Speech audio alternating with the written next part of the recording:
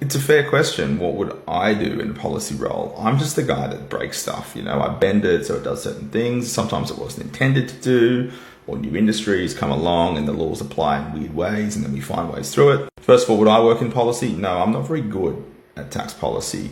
I'm good at understanding it. I'm not good at writing it. That's a very different skill, being a policy person like that who writes laws and writes guidance.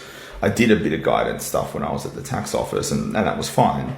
But I didn't really like doing it. I like the reactive stuff. I like the problem solving stuff where I can get to an answer. With policy, you get to an answer and it's just never quite perfect because the politicians come in and fuck it all up.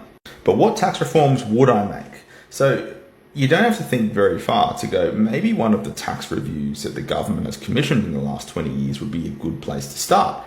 Thankfully, we had the Henry Review in 2008. It was published in 2010 and there were 138 recommendations for simplifying and making the tax system more effective, taxing the right things. They couldn't raise rates, they couldn't do all sorts of things that would obviously be un-Australian, like tax the family home. But they made these recommendations. Guess how many of those recommendations were picked up by the Rudd government at that time and by any government since?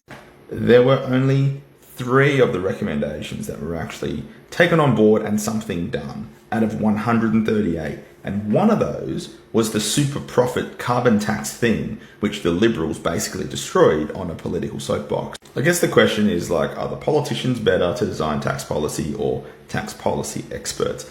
I'm going to lean towards the experts. You can just adopt the recommendations that you paid shitloads of money for people to do for multiple years. Extremely comprehensive. A lot of these recommendations made a lot of sense. Too hard.